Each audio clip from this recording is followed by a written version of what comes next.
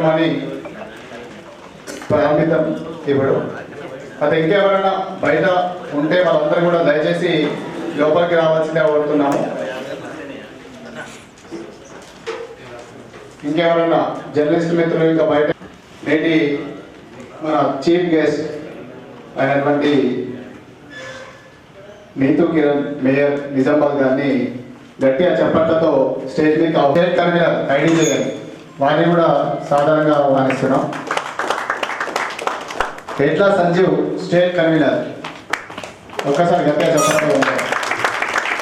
మా సంజీవ్ అన్న చాలా కష్టపడి దాదాపు చాలా సంవత్సరాల నుంచి డీజేఎఫ్ అనేది ఇక్కడ మాకు తెలిసేది అసలు ఎవరికి తెలియదు.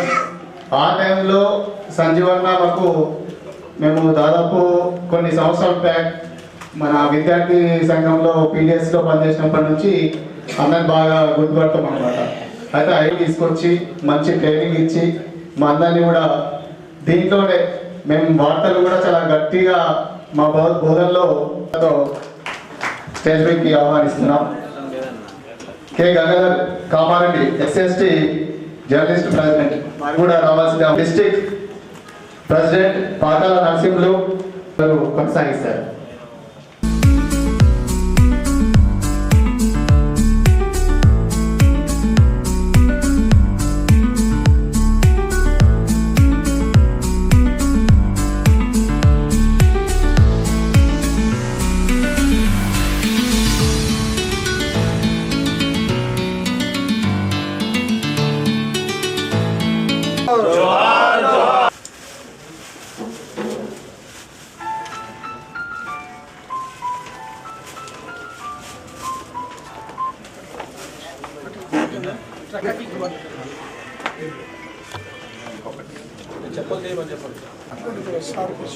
Doctor B R Ambedkar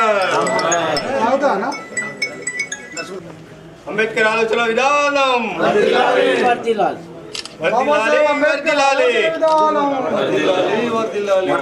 doctor BR Ambedkar ఆలోచన విధానాలు డాక్టర్ బిఆర్ అంబేద్కర్ ఆలోచన విధానాలు జోహార్ డాక్టర్ బాబాసాహెబ్ అంబేద్కర్ జోహార్ డాక్టర్ బాబాసాహెబ్ అంబేద్కర్ జిల్లాలి మహనీయుల ఆలోచన విధానాలు జిల్లాలి మహనీయుల ఆలోచన విధానాలు. దయచేసి అందరూ చెప్పులు బూట్లు తీయండి. ప్రతి ఒక్కరు ఇక్కడ ఉన్న వేదిక మీద అందరూ బుద్ధవంతుల కార్యక్రమంలో అందరూ పాల్గొనాలని కోరుకున్నారు. దయచేసి చేతులు జోడించి కళ్ళు మూసుకోండి. సామూహికంగా తీర్చిదిద్దాల్సి ఉంటుంది. నమో తస్స భగవతో అర్హతో సమ్మా సంబుద్ధస్స. నమో తస్స భగవతో అర్హతో సమ్మా సంబుద్ధస్స. నమో తస్స భగవతో అర్హతో సమ్మా సంబుద్ధస్స. బుద్ధం శరణం గచ్ఛామి ధమ్మం శరణం గచ్ఛామి సంఘం శరణం గచ్ఛామి ద్వితీయం బుద్ధం శరణం గచ్ఛామి ద్వితీయం ధమ్మం శరణం గచ్ఛామి ద్వితీయం సంఘం శరణం గచ్ఛామి తృతీయం బుద్ధం శరణం గచ్ఛామి తృతీయం ధమ్మం శరణం గచ్ఛామి తృతీయం సంఘం శరణం గచ్ఛామి. పాణాతిపాతా వేరమణి సికాపదం సమాదియామి. మూసావాదా వేరమణి సికాపదం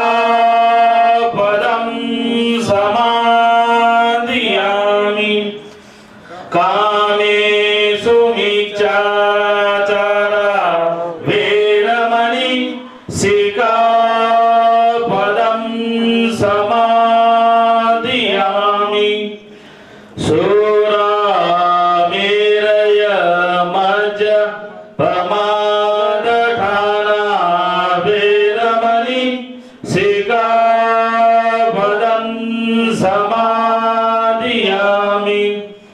సాధు సాధు సాధు. परम पूज्य डॉक्टर बाबासाहेब आंबेडकरांचा जय.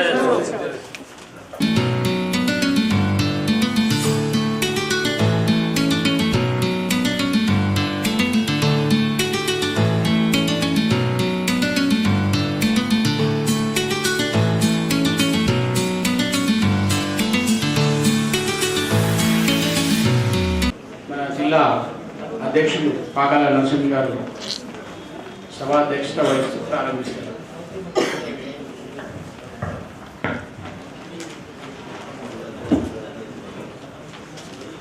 అందరికీ జై భీమ్.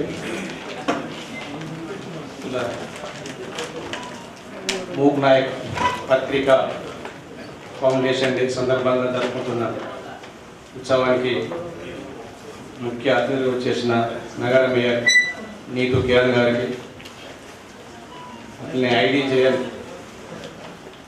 జాతీయ అధ్యక్షులు మల్లెపల్లి లక్ష్మణ గారికి, రాష్ట్ర కరీంనగర్ మంద జనార్దన్ గారికి, ఐజేయు జిల్లా సెక్రటరీ అరవింద్ భారతి గారికి, అంటే మెదక్ జిల్లా ప్రెసిడెంట్ మిత్రునికి, మిగతా మా జడ్పీటీసీలు సిరికొండ పిలుపు కానీ గోపాల్ గారు కానీ, మిగతా 2 జిల్లాల కామారెడ్డి నిజామాబాద్ జిల్లాల జర్నలిస్ట్ మిత్రులు, అట్లనే ప్రెస్ క్లబ్ ప్రెసిడెంట్ రామకృష్ణ, మిగతా మిత్రులందరికీ నమస్కారం. ప్రత్యేకించి ఈరోజు జర్నలిస్టులుగా మనకు ప్రత్యేకత రోజుగా మనం దీన్ని గుర్తించాలి. జర్నలిజానికి సమయంలో 1920 జనం ఉపయోగపడిన మూక్ నాయక్, మూగ వాళ్ళకు నాయకుడు. మూక్ నాయక్ అంటే మూగ వాళ్ళకు నాయకుడు. మనకు అక్షరం లేదు, నోరు లేదు. అలాంటి సమయంలో అంబేద్కర్ దళిత జనోద్ధరణ కోసం మూక్ నాయక్ అనే పత్రిక స్థాపించి దళితుల పక్షాన పోరాడిన గొప్ప.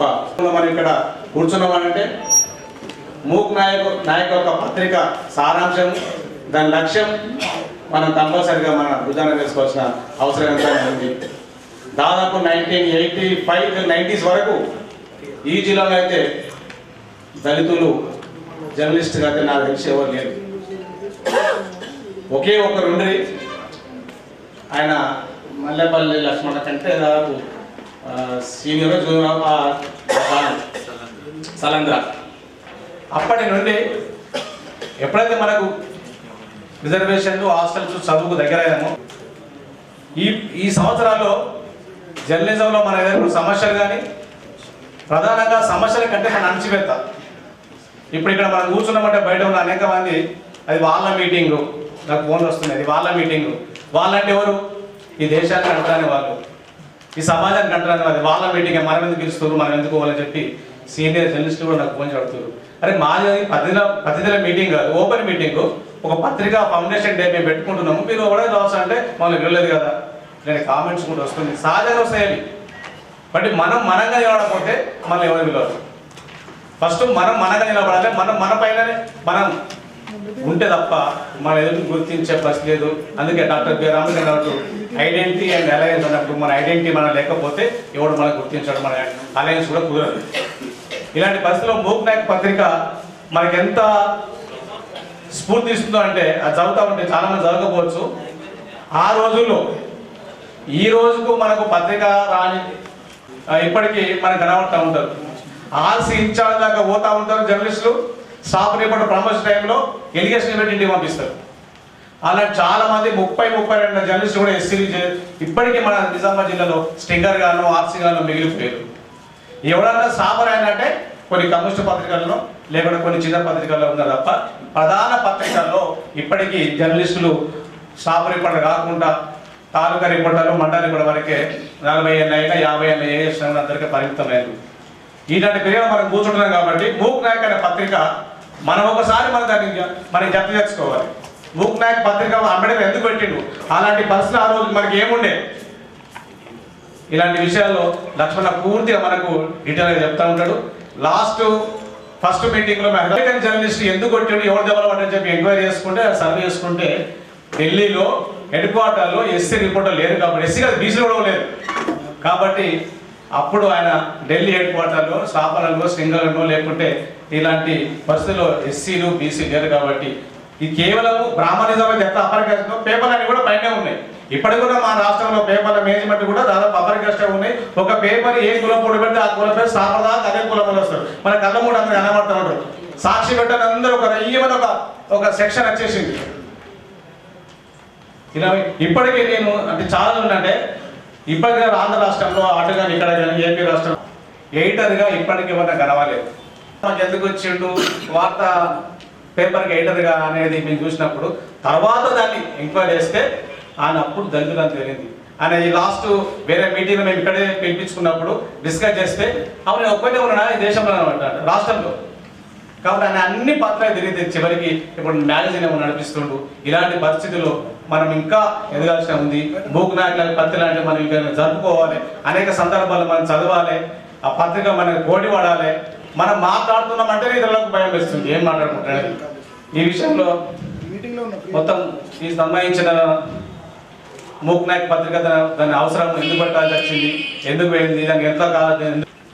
థ్యాంక్ యూ అన్న. అందరికీ జైవీ.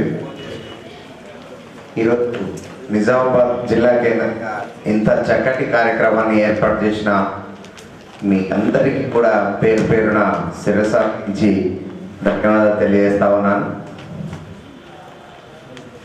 మూక్ నాయక్ పత్రిక ప్రారంభించిన దినోత్సవాన్ని మనం దళిత మీడియా దినోత్సవంగా గత సంవత్సరం ప్రకటించుకున్నాం.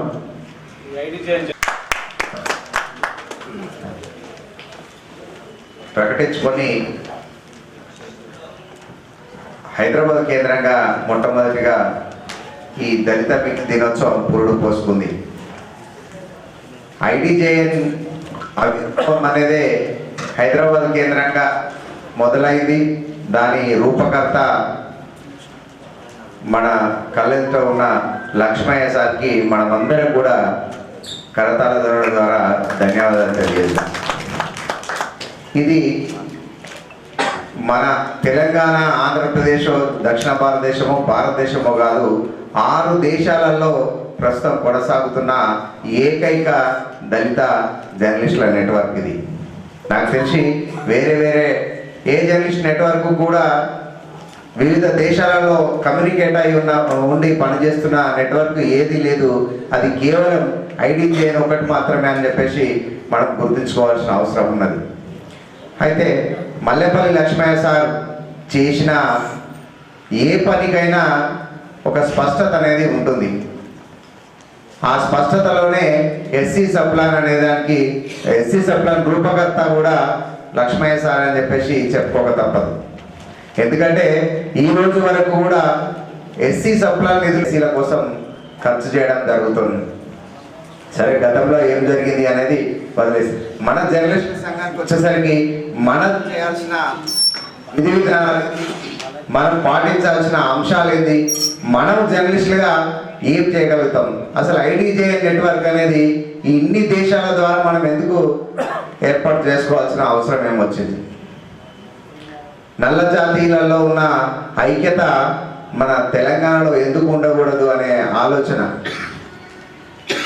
ఆ ఉద్దేశంతోనే సార్ ఒక ఐడిజేఎన్ మీటింగ్ ద్వారా నెట్వర్క్ ద్వారా మన అందరినీ ఒక వేదిక మీదకి తీసుకురావడం జరిగింది. అయితే ఇక్కడ ప్రధానమైన ఒక సమస్య ఉంటుంది. ఎవరైతే పని చేస్తున్న నెత్తి మీద వేసుకొని ముందుకు వెళ్తూ ఉంటారో వాళ్ళకి చాలా ఆరోపణలు వస్తాయి.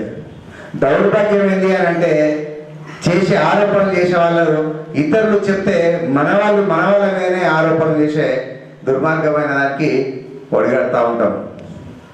నిజంగానే ఈ విషయాన్ని మనం నిక్కచ్చిగా మాట్లాడుకోవాల్సిన అవసరం ఉన్నది. ఎక్కడో ప్రెస్ మీట్ ఉంది అని అంటే 10 నిమిషాలు 5 నిమిషాలు ముందు మనము మన కోసం మనం మాట్లాడుకునే అవసరం ఉన్నది. మన కోసం మనం మాట్లాడుకోవాల్సింది ఈ రోజే మాట్లాడుకోవాలి. దానికి సంబంధించిన అంశాలను ఎవరు మాట్లాడతారు, ఏం మాట్లాడతారు, ఎందుకు మాట్లాడతారు, అసలు నా కోసం నేను ఎందుకు మాట్లాడుకోవాలనే విషయాన్ని కూడా తెలుసుకోవడానికి కూడా రాకపోవడం అనేది ఇంతకన్నా దుర్మార్గం ఏముండదు. అసలు ఎందుకు రావాలి, మనం ఎందుకు యూనిట్ కావాలి? డబ్బు కొట్టి చాటు వేసిందే కదా జర్నలిస్టులు అంటే, ఇంటింటికి వెళ్ళి సమాచారం ఇచ్చిందే కదా జర్నలిస్టులు అంటే. ఆ రోజు పత్రికలు లేవు కాబట్టే కదా వాళ్ళందరూ సమాచారాన్ని ఇచ్చి సమాచార సేకరణ అనేది జరిగింది కదా. మరి వారసత్వం ఎవరికి రావాలి? జర్నలిస్టుల వారసత్వం ఎవరికి రావాలి? పత్రికలు ఎవరికి పెట్టాలి? పత్రికలు ఎవరు నిర్వహించాలి? మరి మనమే కదా జర్నలిస్టుల వారసులం అంటే ఏంది? జర్నలిస్టు అనే పదానికి ఎవరు అవుతారు? దళితులు కాకపోతే ఇంకెవరు అవుతారు? మరి ఇలాంటి దాంట్లో మన లోపల ఐక్యత లేకపోవడం వల్లనే మనం ఇంకొకరి దగ్గర పనిచేయాల్సి వస్తుంది. మనం ఆర్సీగా ఎదిగినాకనే ఆ నుంచి స్టాపర్గా ఎదగలేకపోతున్నాం. దానికి కారణం ఏంటి అంటే, ఉదాహరణకు సంజీవ్ అన్న స్టేట్ స్టాపర్ అయింది అనుకోండి, ఏం చేస్తారు? జనార్దన్ అడుగుతారు, జనార్దన్ మీ సంజీవ్ బాగా చేస్తాడా, మంచిగా చేస్తాడా, ఎట్లా ఉంది ఏంటి అని. అన్న వాడేదైనా వాడంతా ఉంటుంది, అదే ఇక్కడ జరుగుతుంది. వాళ్ళు ఎవరిని అడగరు కదా, మనల్ని అడుగుతారు కదా. ఈ ఐక్యత అనేది లేకపోవడం అదే ప్రధానంగా మన ఎదుగుదలకు లోపం. ఇది మరి దీన్ని ఎట్లా సర్దుకోవాలి? అది మనిషి సహజ లక్షణం కావచ్చు, కానీ అది మన దళిత జర్నలిస్టులకు ఆ లక్షణం ఉండొద్దు అనేది నా ఆలోచన. కూడా మన వాళ్ళే ఎక్కువ ఉంటాయి, కానీ ఆ చిన్న పత్రికలు అన్నింటి మీద ఒక రకమైన దాన్ని ఏమంటాం నియంత్రణ తీసుకొచ్చింది కూడా కారణం ఏంటంటే, మన వాళ్ళు ఎదిగినామంటే మనకు ఒక అనవసరమైన రోగం ఉంటుంది. విషయం తెలిస్తే తప్పు జరిగితే ఇమ్మీడియట్గా పక్కన మీద చెప్పి పడేస్తారు. దాంతో మనల్ని కూడా అణచివేసేందుకు ఒక రకమైన కుట్ర జరుగుతూ ఉంది. కాబట్టి నేనేమంటే, ఐడిజేఎల్ వేదికగా మనం అందరం కలవాల్సిన అవసరం ఉంది. ఇది ఏ సంఘానికో, ఏ కులానికో, ఏ మతానికో అంకితమైనది కాదు. బీసీలు వస్తారా, ఓసీలు వస్తారా, మనతో ఎవరు వచ్చినా మనం ఇబ్బంది పడేది లేదు. మన లక్ష్యం అంతా జర్నలిస్టుల సంక్షేమం ఏముంది అనేది తెలుసుకోవాల్సిన అవసరం ఉంది. ఇందులో ప్రత్యేక శిక్షణ తరగతులు ఉంటాయి, ప్రత్యేకమైన వ్యాసాల మీద శిక్షణ తరగతులు ఉంటాయి. ఇవన్నీ నిర్వహించాల్సిన అవసరం ఉన్నది. నైపుణ్య శిక్షణ అనేది అత్యంత ముఖ్యమైనది. చాలా మందిని చూస్తుంటాం, తప్పు పట్టుకోండి ఏమని అనుకోండి, చిన్న చిన్న పత్రికలలో ఏం చేస్తామంటే ప్రెస్ మీట్ పంపండి, ప్రెస్ నోట్ యాజ్ ఇట్ ఈస్గా అట్లే దాన్ని డిజైన్ చేసేసి మనము సోషల్ మీడియా ద్వారా ఫార్వర్డ్ చేస్తాము. అది మార్పు జరగాలి. ఆ మార్పు అనేది కనుక జరగకపోయింటే మన నైపుణ్యత అనేది వారికి తెలియదు, మనల్ని రకరకాలుగా కామెంట్ చేసే అవకాశం ఉంటుంది. కాబట్టి మూక్ నాయక్ పత్రిక కనుక డాక్టర్ బాబాసాహెబ్ అంబేద్కర్ స్థాపించకపోతే మనం ఈరోజు జర్నలిస్టులుగా ఉండే అవకాశం ఉండేది కాదు. మరి మనం ఏదో ఒక అంశాన్ని, చరిత్రను చూసి మనం ముందుకు నడవాల్సిన అవసరం ఉన్నది. ఆ చరిత్రను గుర్తించిన లక్ష్మయ్య సార్ మనందరినీ కూడా ఒక యూనిట్గా చేసేందుకు తను చేస్తున్న కృషికి ప్రతి ఒక్కరం కూడా సార్ వెంట ముందుకు నడుద్దామని చెప్పేసి మనమందరం కూడా మాట ఇవ్వాల్సిన అవసరం ఉన్నది. కాబట్టి మీరందరూ కూడా భవిష్యత్తులో జరిగే ప్రతి ఐడిజేఎన్ కార్యక్రమాలను విజయవంతం చేస్తారని, ఐడిజేఎన్ ద్వారా మీరేం పొందుతారు, ఐడిజేఎన్ మీరు ఎట్లా వాడుకుంటారు, ఐడిజేఎన్ ద్వారా మీరు ఏ రకమైన నైపుణ్యాన్ని తీసుకుంటారు అనేది మీరే డిసైడ్ చేసుకోవాల్సిన అవసరం ఉన్నది. మీకు కావాల్సిన అన్ని నైపుణ్య శిక్షణ తరగతులను నిజామాబాద్ కేంద్రంగా అయినా పర్వాలేదు, హైదరాబాద్లో ఏర్పాటు చేసినప్పుడు అక్కడికి వచ్చినా పర్వాలేదు, మీరు ఏ రకంగా ఉపయోగించుకున్న దానికి ఐడిజేఎన్ సిద్ధంగా ఉంటుందని చెప్పేసి తెలియజేస్తూ నాకు ఈ చక్కటి అవకాశం ఇచ్చిన మీ అందరికీ కూడా పేరు పేరున ధన్యవాదాలు. ముందుగా మిత్రులందరికీ అంతర్జాతీయ దళిత దినోత్సవ శుభాకాంక్షలు. జేబీ మిత్రులారా, వేదిక మీద ఉన్న మేడం గారికి, మన గురువర్యులు కరీంనగర్లకు, మిత్రులకు మరోసారి జేబీ తెలుపుతూ, నిజంగా ఒకప్పుడు మీడియా రంగంలో దళితుల అంటే చెప్పుకోవడానికి ఒక సంకోచిత భావం కలిగిన వ్యక్తులు ఇప్పటికీ చాలామంది ఉన్నారు. కానీ ఈరోజు ఒక ఐడీజే రావడం మూలంగా మనకున్న కాన్ఫిడెన్స్ ద్వారా ఈరోజు బయటకు వచ్చి ధైర్యంగా మనం ఈ అంబేద్కర్ ఐడియాలజీ కానీ మనం నిలబడడానికి ఒక ముఖ్య కారణమైంది ఐడీజే. నిజంగా మనమంతా లక్ష్మీ సార్కు జైబీలు జరపాలి. వాస్తవంగా మనకు అవసరంగా ఉంది. అది 6 దేశాలలో కంటిన్యూ అవుతుంది. ఒక నెట్వర్క్ మన నైపుణ్యాన్ని మనం వెలుగుతీసే విధంగా మనకు ఒక శిక్షణ తరగతులు కానీ లేదా వివిధ భాగాలలో మనకున్న నైపుణ్యతను బయటకు తీసుకోవడం ఒక వేదికగా మార్చుకొని సమాజంలో మనకంటే ఒక పేరు ప్రఖ్యాతులు తీసుకురావడం కోసం దీన్ని ఖచ్చితంగా అందరూ ఉపయోగించుకోవాల్సిందిగా నేను మనవి చేస్తున్నాను. ముఖ్యంగా గ్రామీణ ప్రాంతాల్లో అంటే అక్కడక్కడ చిన్న ప్రాంతాల్లో చాలామంది కొంత సంకుచిత భావాలు కలిగిన దళిత రిపోర్టర్స్ చాలామంది ఉన్నారు. ఇప్పటికి కూడా బయటకు రావడమో చెప్పుకోవడం కొంత సమాజంలో ఎవరో ఏమో అనుకుంటారనే భావన కలిగిన రిపోర్టర్లు జిల్లా స్థాయి రిపోర్టర్లు చాలామంది ఉన్నారు. దయచేసి కానీ ఈ కార్యక్రమం ఉండడం మూలంగా మేము రావడం జరిగింది. నేనైతే ఒక డిగ్రీ కళాశాల తెచ్చుకొని అక్కడ వ్యాసరచన పోటీలు పెట్టడం జరిగింది. అక్కడే ఎస్పీలో కలెక్టర్లో పిలిచి రేపు మన కన్వీనర్ కో కన్వీనర్ల ద్వారా అక్కడ ప్రైజులు అంటే మన ఐడియాలజీని విద్యార్థులకు అంటే మినిమం ఒక ఇంటర్మీడియట్ డిగ్రీ స్థాయి విద్యార్థులకు కల్పించినట్లయితే వారి యొక్క జర్నలిజం పనిచేసినట్టు మన వంతు కర్తవ్యంగా తెలియజేస్తే బాగుంటుందని ఆ అభిప్రాయానికి వచ్చి ఒక కార్యక్రమం చేయడం జరిగింది మిత్రులారా.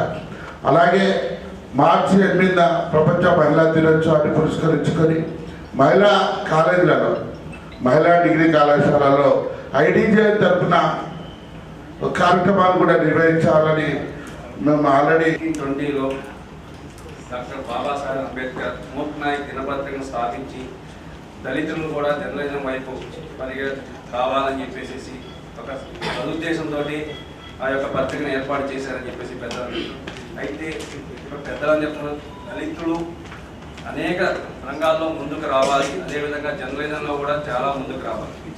జర్నలిజంలో చాలామంది స్టాఫ్ల వరకు వెళ్ళట్లేదు, కేవలం కంట్రిబ్యూటర్ల దగ్గర అదేవిధంగా సింగర్స్ దగ్గర ఆగిపోతున్నారు, లేకపోతే ఆర్ట్స్ ఇన్ఛార్జ్ దగ్గర ఆగిపోతున్నారు. ముఖ్యంగా ఏదైతే గ్రామీణ ప్రాంతం నుండి వచ్చే విలేకరులకి చాలని శాలరీస్ అసలు పేపర్లో కూడా జీతాలు కూడా వచ్చే పరిస్థితి లేదు. వాళ్ళకు ఆర్థికంగా ఆదుకోగలిగితే వారు ఉన్న ప్రతిభని బయటకు కనపరిచే విధంగా ఉంది.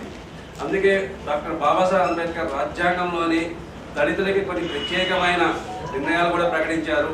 ఎవరైతే ఆర్థికంగా ఎదుగుతారో వాళ్ళు కింద వారిని కూడా ఆర్థికంగా బలోపేతం చేసి ఆ రంగాన్ని పూర్తిగా పైకి తీసుకురావాలని ఆ విధంగా కూడా ఈ యొక్క ఐడీజే అడుగులు వేస్తుందని చెప్పేసి భావిస్తుంది. Thank you.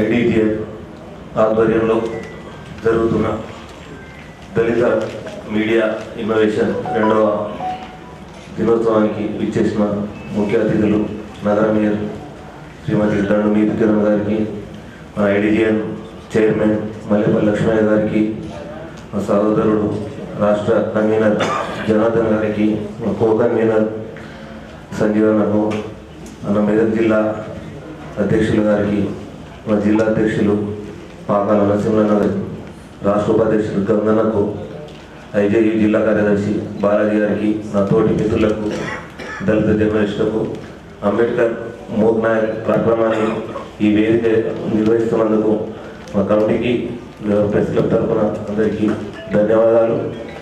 ముఖ్యంగా నేను కూడా ఫీల్డ్గా వేసి ఇదంకన్నా స్టాఫ్ రిపోర్టర్ దాకా పోయేసరికి మేము మధ్యలో అర్ధాంతరంగా తొలగించబడిన దాంట్లో నేను కూడా ఒక బాధితుడిని. మా ఆంధ్రజ్యోతి, మా నమస్తే తెలంగాణ ఇవి యాక్చువల్లీ బ్యూరో కావాల్సినవన్నీ ఆర్సీ ఇన్ఛార్జ్కి అది జిల్లా కేంద్రంలో వెనుకబడడానికి ఓన్లీ మా క్యాస్టే దానికి నేను ఒక ఉదాహరణ అని చెప్పుకోవాలి. అయితే దీంట్లో ఒక కారణం కూడా ఉంది. మన దాంట్లో ఎదగకపోవడానికి వేరే వాళ్ళని అవసరం లేదు, కానీ ఫస్ట్ మన వాళ్ళు స్కిల్స్ జర్నలిజం స్కిల్స్ అనేవి వంట పట్టించుకోకపోతే ఇతరులు కాబట్టి మిత్రులకు ఈ వేదిక ద్వారా ఒకటే విజ్ఞప్తి చేస్తున్నా, ముందుగా జర్నలిజం అన్న స్కిల్స్ను మీరు వంట పట్టించుకుంటే ఎవరు ఏం చేసినా ఇప్పుడు అంత డిజిటల్ యుగం. మనం సొంతంగా ఇంతకుముందు అంటే ప్రింటింగ్ కాబట్టి మనం స్థాపించడానికో పెద్ద ఛానల్ పెట్టడానికో చాలా ఇబ్బందులు. యూట్యూబ్ కానీ ఇప్పుడు డిజిటల్ మీడియా అన్నది పారదర్శకంగా అయింది. ఇప్పుడు అందరికీ ఈజీ, మనం కూడా స్థాపించుకున్నాం. కాకపోతే అందరిలా కాకుండా మనం దాని స్కిల్ ద్వారా నడిపితే మనం కూడా ఎదగవచ్చు. మనం ఇతరులతో మనకెవరు వేయకపోయినా మన స్కిల్స్ ఉంటే బాగుపడవచ్చు అన్నది నా ఒక చిన్న ఉద్దేశం. థ్యాంక్ యూ, ఈ అవకాశం ఇచ్చినందుకు. అందరికీ జైవ్యం. వేదిక అలంకరించిన పెద్దలు లక్ష్మణ్ సార్ గారికి, పెద్ద సత్యవాల గారికి, రామకృష్ణ గారికి, నరసింహ గారికి, రామకృష్ణ గారికి పెద్దలందరికీ జైవ్యం. ముఖ్యంగా సమాజంలో ఆర్థికంగా మనం వెనుకబడి ఉన్నందువల్లనే ఇలాంటి పరిస్థితులు ఎదురవుతాయి. గ్రామాలలో, పల్లెటూళ్ళలో ఒక పెద్ద కుటుంబం ఉంటుంది. ఆయన దేనికి పనికి రాకుండా కూడా ప్రైవేట్ స్కూల్లో చెప్పేసి ఆయనని సార్గా పిలుచుకుంటారు. అదే మన దాంట్లో ఎవరైనా పోతే గౌరవం అనేది ఉంటుంది. ఈ జర్నలిజంలో కూడా అంతే. మన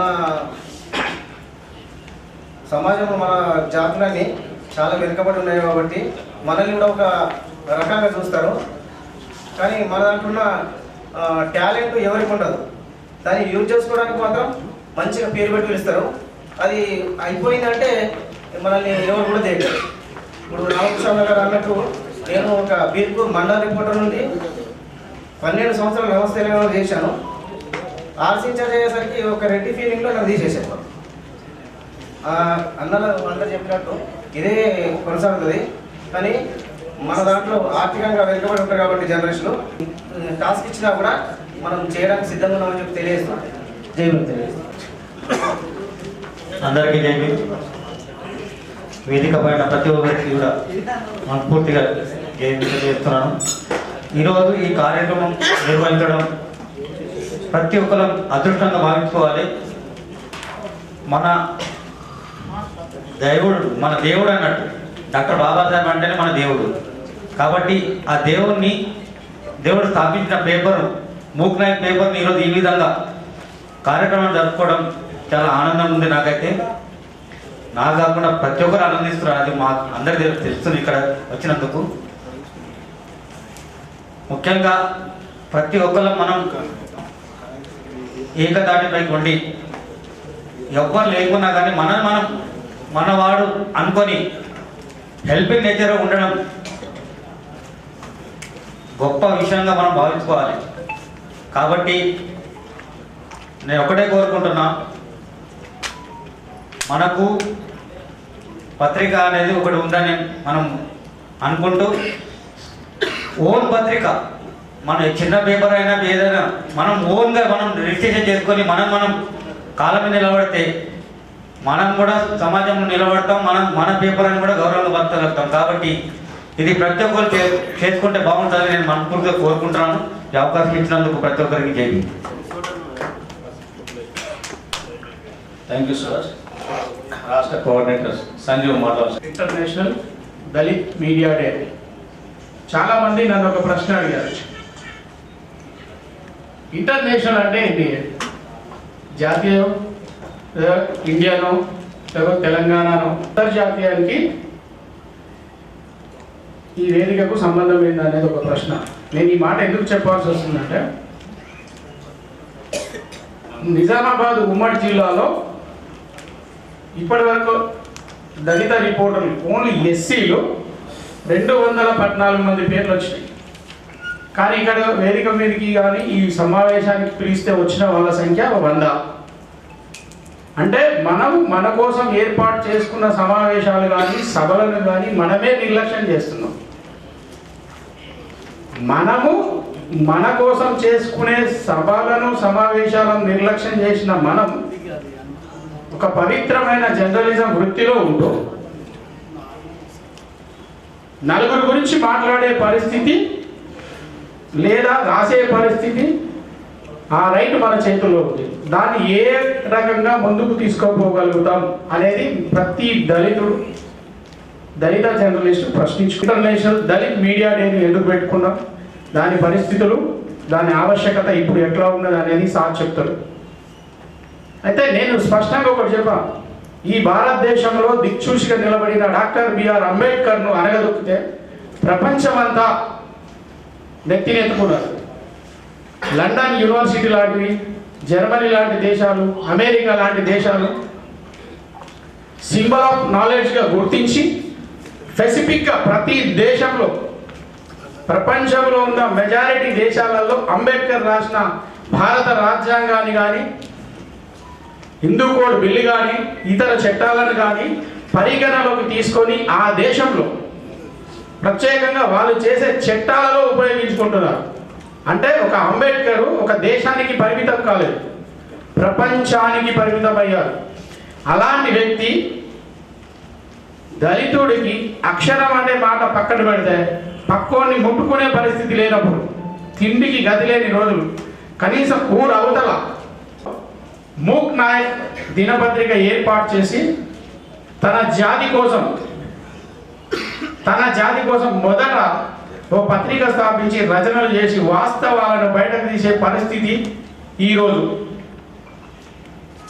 జనవరి 31. ఖచ్చితంగా ఇది ప్రతి సంవత్సరం ప్రతి దళితుడు, ప్రతి జర్నలిస్టు, ప్రతి న్యాయవాది, ప్రతి ఇంజనీరు గుర్తుపెట్టుకోవాల్సిన విషయం.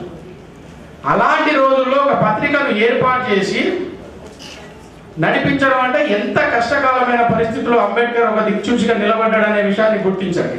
ఈరోజు మన చేతుల్లో అన్ని రకాల అవకాశాలు ఉన్నాయి. ఉపయోగించుకుంటే చట్టాలు అనుకూలంగా ఉంది, ఉపయోగించుకుంటే న్యాయం అనుకూలంగా ఉంది, చదువుకోవడానికి రిజర్వేషన్లు అనుకూలంగా ఉన్నాయి, చెయ్యడానికి పని ఉంది, అన్ని విధాలుగా ఆలోచిస్తే తెలివి ఉంది.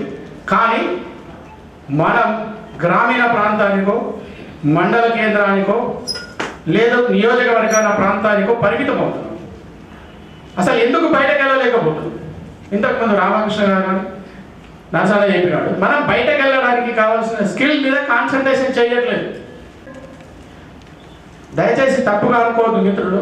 ఎక్కడో ఒక దగ్గర దావత్ ఉన్నదంటే మాత్రం 10 నిమిషాల ముందు ఉంటాం. మన మీటింగ్ మనకు ఉన్నదంటే మాత్రము 10 సార్లు ఫోన్ చేయాలి. నాకు మెసేజ్ రాలేదు, నాకు ఫోన్ చేయలేదు, నాకు చెప్పలేదు, నేను మాట్లాడలేదు అనుకోదు. మెసేజ్ రాకపోయినా, ఫోన్ చేయకపోయినా దయచేసి మీరు సమాచారం ఉంటే స్పందించి మనమందరం కలిసి నడవగలిగితే చాలా రకాల అద్భుతాలు చేసే అవకాశం మన ముందుంది. ఈ 2-3 సంవత్సరాల్లో ఎన్నో రకాల అద్భుతాలు చేయడానికి దానికి సంబంధించిన ఒక ప్రణాళికను ఐడిజేఎన్ తరఫున మన మల్లెపల్లి లక్ష్మణ సార్ గారు ఒక ప్రణాళిక సిద్ధం చేసి స్పష్టంగా ఒక అవగాహనతోని, ఒక ఆలోచనతోని, ఒక సిద్ధాంతంతో మన మీద దళితులం, మన మీద దాడులు జరిగినాయి, ఇప్పుడు కేసులు పెట్టిండు, ఇదైంది. అది నిరంతరం జరిగే ప్రక్రియ. మన మీద ఇప్పుడు ఉంది, గతంలో ఉంది, అంతకుముందు ఉంది, రేపు కూడా ఉంటుంది. నువ్వు ఇలాగే ఉంటే రేపు ఇంకో రకంగా కూడా ఉంటుంది. మనం మారితే వాటిని సరిదిద్దుకోవడం పెద్ద సమస్య కాదు. కానీ ఐడిజేఎన్ ఆధ్వర్యంలో ఏదైతే మనం సిద్ధాంతపరంగా కానీ, ప్రణాళిక ప్రకారం కానీ దళిత జర్నలిస్టులు భవిష్యత్తులో డిజిటల్ మీడియా సిస్టంలో కావచ్చు, రేపు ఎలక్ట్రానిక్ మీడియాలో కావచ్చు అని నిలదొక్కుంటాం. దానికి సంబంధించిన శిక్షణ తరగతులు కానీ, దానికి సంబంధించిన కార్యక్రమాలు కానీ మొత్తం ఒక ప్రణాళిక డిజైన్ చేసి సార్ మన కోసం ఒక వేదికను తయారు చేశారు. ఈ వేదికకు సంబంధించి హైదరాబాద్ కేంద్రంగా దాదాపు 12 సంవత్సరాలుగా కష్టపడుతున్నాం. 18 సంవత్సరాలుగా కష్టపడితే ఒక కొలికి రాగలిగింది.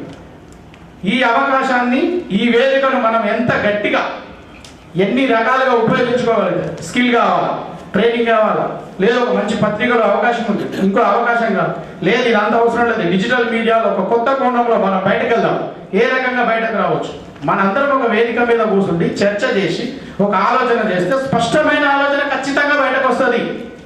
100% సాధ్యమవుతుంది.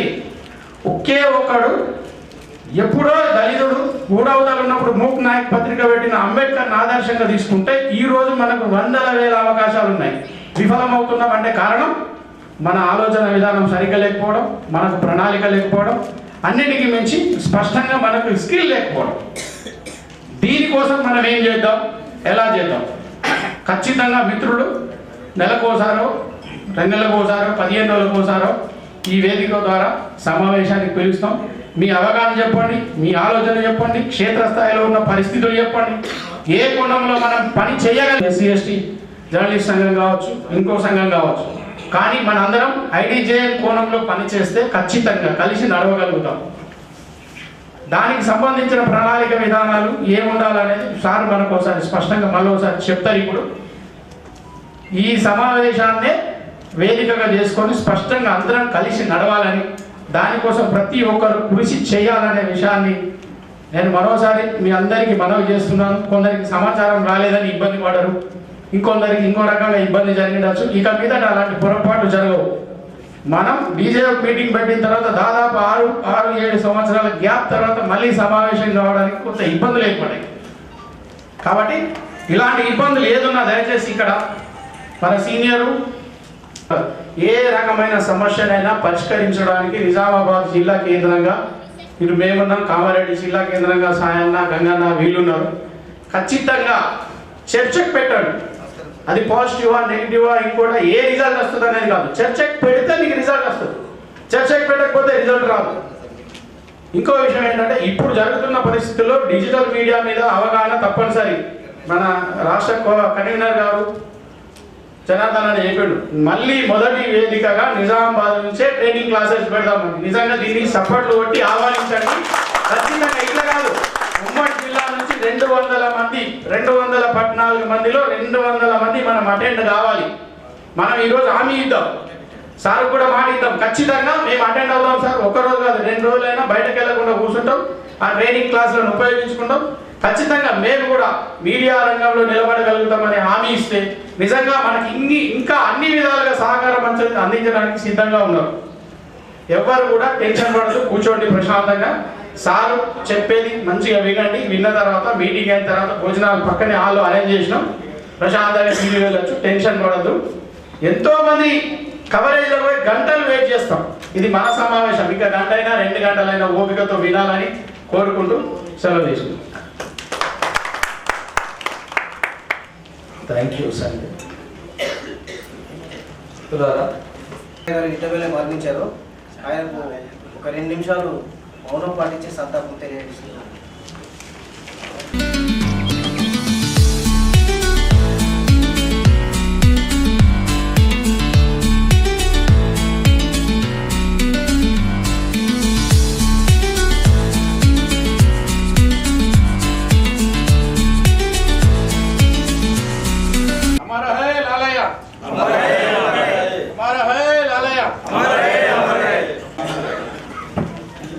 ఈ సభకు ముఖ్య అతిథిగా చేసిన నగర మేయర్ గీతు గారికి, మందా జనార్దన్ గారికి, మనం ఈ కార్యక్రమాన్ని నిజామాబాద్లోనే ఎందుకు పెట్టాలి అని అనుకున్నప్పుడు మొదటి అంతర్జాతీయ దళిత మీడియా దినోత్సవం హైదరాబాద్లో చేశాం. మళ్ళీ హైదరాబాద్లో బాగుండదు, హైదరాబాద్లోనే అన్ని జరగడం బాగుండదనే దృష్టితోని జిల్లాలో అనుకున్నప్పుడు ఖచ్చితంగా నిజామాబాద్లో పెట్టాలి, నిజామాబాద్లో చేస్తే బాగుంటుందని ఆలోచనకు వచ్చాం. అది సరైన నిర్ణయంగా నేను భావిస్తున్నాను. ఈ కార్యక్రమానికి హాజరైన మీరే దానికి సాక్ష్యం. మీ అందరికీ మరొకసారి జేబీ. మనము ఒక పని అనుకున్నప్పుడు దానికి సంబంధించిన కార్యక్రమం కానీ, కార్యాచరణ కానీ, ఆలోచన కానీ చేస్తున్నప్పుడు దానికి కూడా కొన్ని పరిస్థితులు కలిసి రావాలి. ఈరోజు మనం జరుపుకుంటున్న అంతర్జాతీయ ఇంటర్నేషనల్ దళిత్ మీడియా డే ఎందుకు పెట్టుకున్నామంటే, ఐడిజేఎన్ ఇంటర్నేషనల్ దళిత్ జర్నలిస్ట్ నెట్వర్క్ అనేది శ్రీలంక, పాకిస్తాన్, బంగ్లాదేశ్, నేపాల్, ఇండియా, భూటాన్ ఈ 6 దేశాల్లో కార్యాచరణ ఉంది. ఇంకా Australia, New Zealand, Germany, UK, USA ఇటువంటి రాష్ట్రాలు, ఇటువంటి దేశాల్లో కూడా దళితులకు సంబంధించిన జర్నలిస్టులు చాలా చోట్ల పనిచేస్తున్నారు. వీళ్ళందరినీ ఒక తాటి మీదకి తీసుకొని రావాలి.